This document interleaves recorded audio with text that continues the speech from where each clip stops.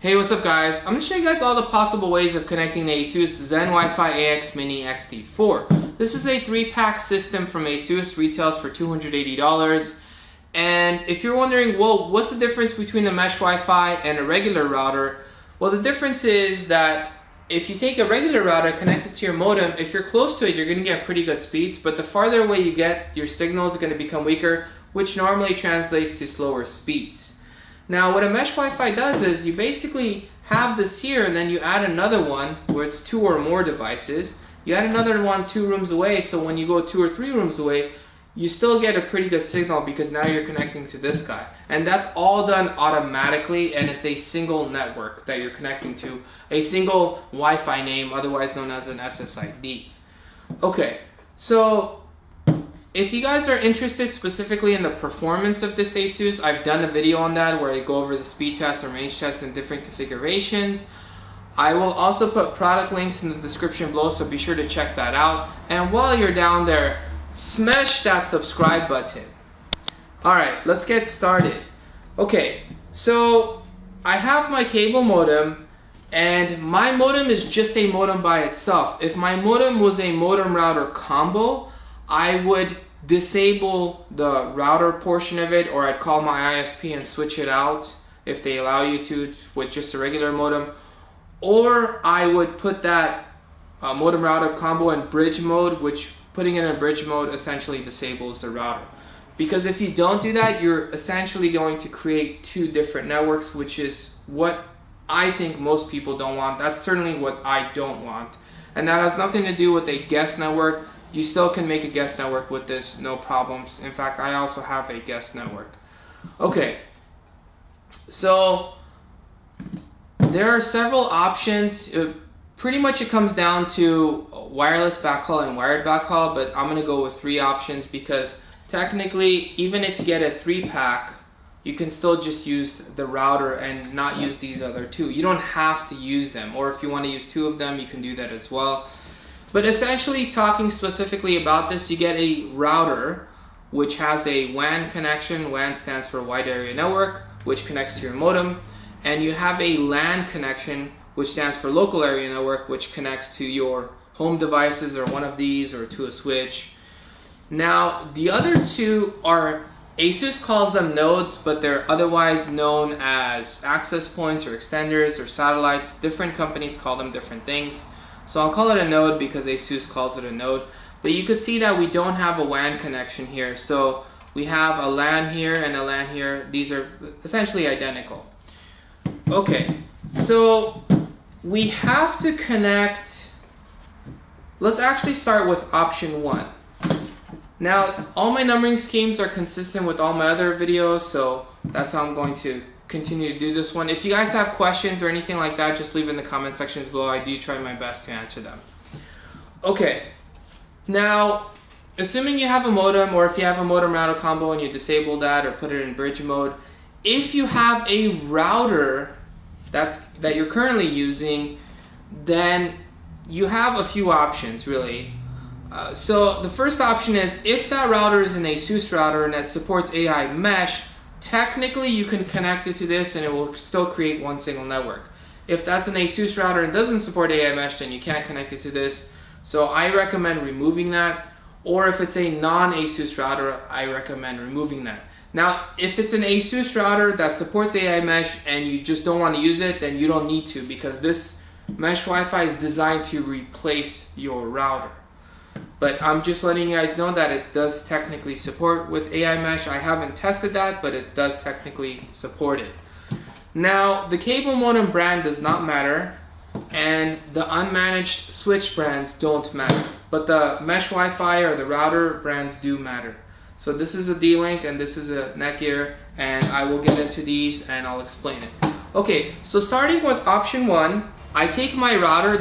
It has to be the router that's connecting to the modem first. I cannot hook up my switch to my modem and then to the router. That doesn't work. You have to connect your router first. So what we're gonna do is I'm gonna take my Ethernet cable, connect it to my WAN right here, the blue one.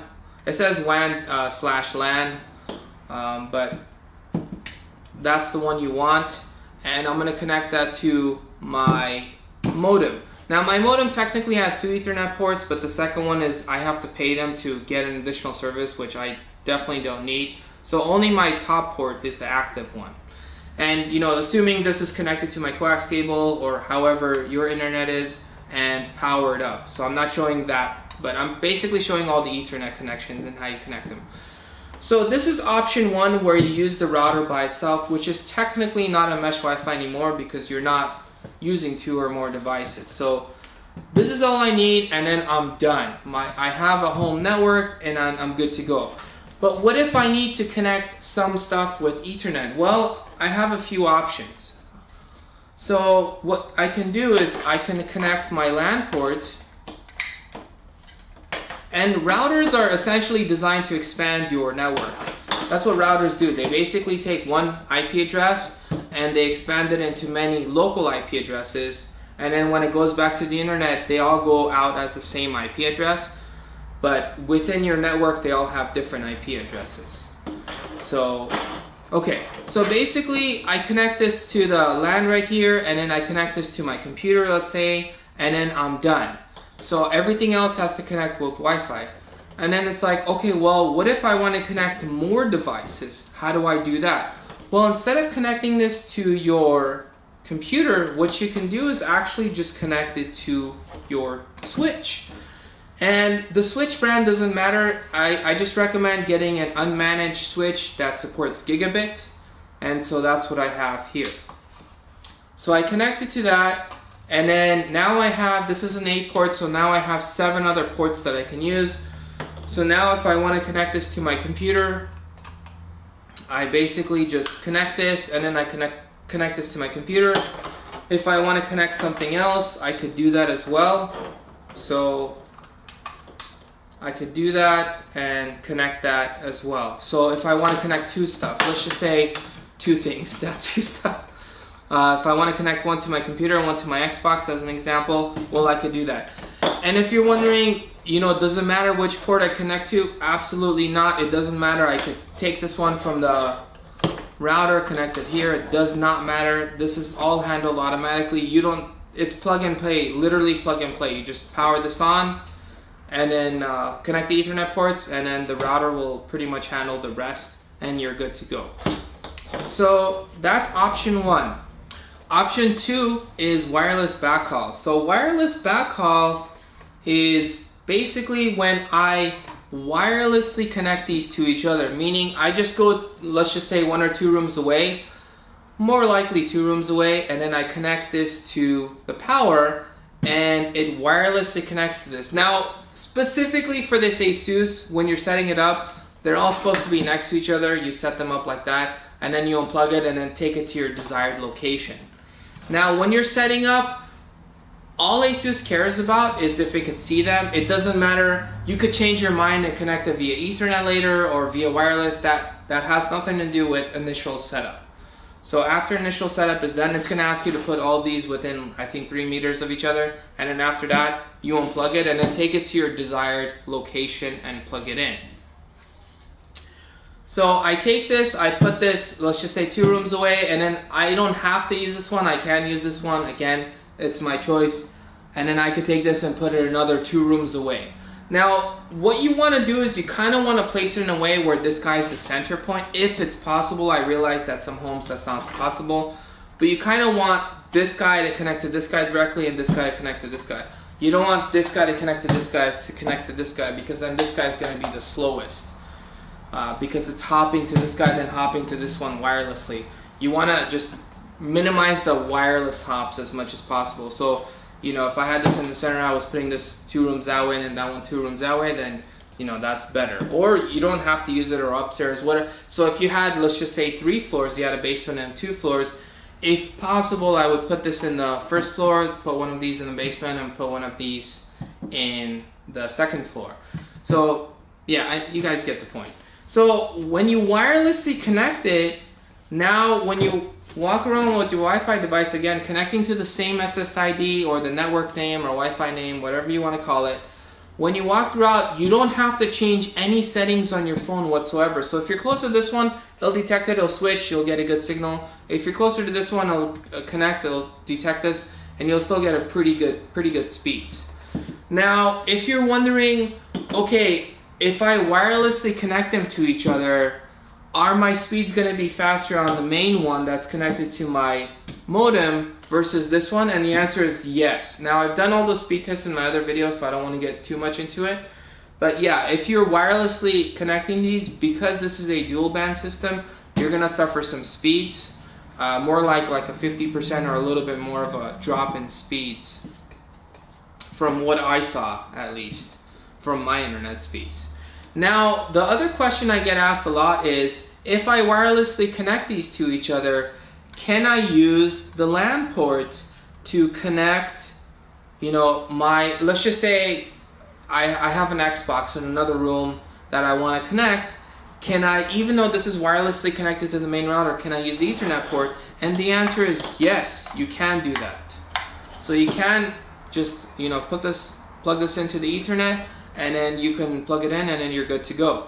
Now, if you're wondering, okay, well, what if I have two devices I want to connect, but this one only has one port? Can I do that? Yes, you can. You need another switch at this point. Or, if you weren't using this one, you could put this one here.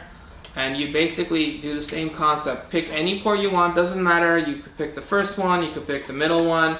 What I typically do is I either pick the first one or the last one. That way I remember easily that, oh, that's the one with the source, meaning the one that's giving a network access. But you could pick whatever one you want, and then there's bigger switches that support more devices. But if you want to connect two devices, if you take an 8-port, now you have 7 usable ports, because one is, reserved for this guy. So then what you could do is you could basically get 2 more Ethernets, hook up one to your Xbox and one to something else, and then you're good to go. And then your third one, you could do the same exact thing as this one in some other room. So that's option number 2. Option number 5, I'm skipping options 3 and 4 because options 3 and 4 I usually say when they are 2 or more routers connected to each other.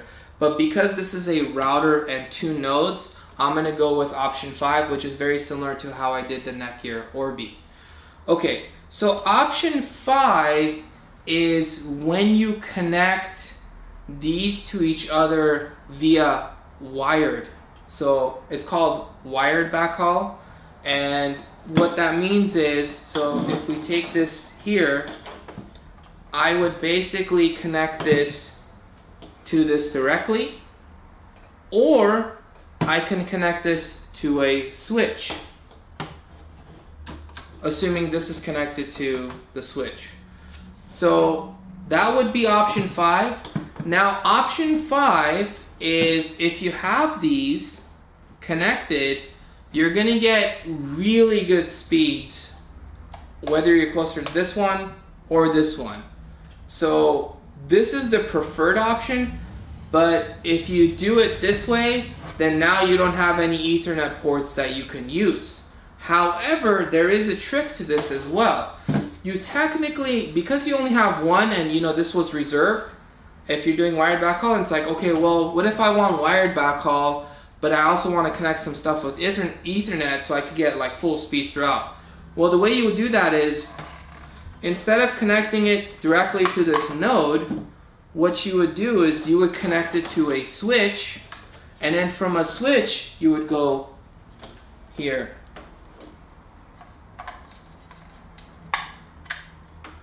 And so if you do this, now you have this guy, you can hook up stuff to this guy, and then this guy is hooked up to this switch, and then from this switch, I come and connect to this guy, and then now you pretty much have full speeds throughout that supports up to gigabit speeds, whether you're closer to this one or this one.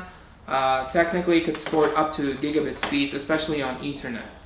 Now, you could do the same exact thing for the other one. I'm running out of Ethernet cables, so hopefully my point is being illustrated.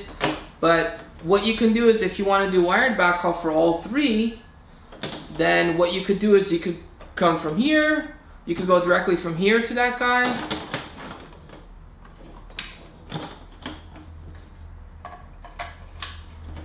And now if you do this, you pretty much have full speeds throughout your home, which is ideal. If you need to connect stuff to this, you could do the same thing with the switch for that one. Hook this up to a switch here, and then from the switch go to this.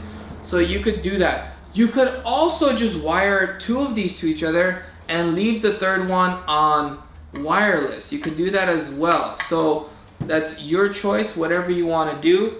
But that's basically wired backhaul when these are connected to each other via Ethernet. So I'm just going to connect this one, and yeah. So there you go. That's pretty much the gist of it, of how to connect it. Yeah, if you guys have any questions, let me just see if I need to say anything else. 12 seconds later. Few moments later. Yeah, I think that's pretty much it. If you guys have any questions or comments, please leave in the comment sections below. If you guys enjoyed this video, hit that subscribe button. Thank you guys for watching, and I'll catch you guys in the next one.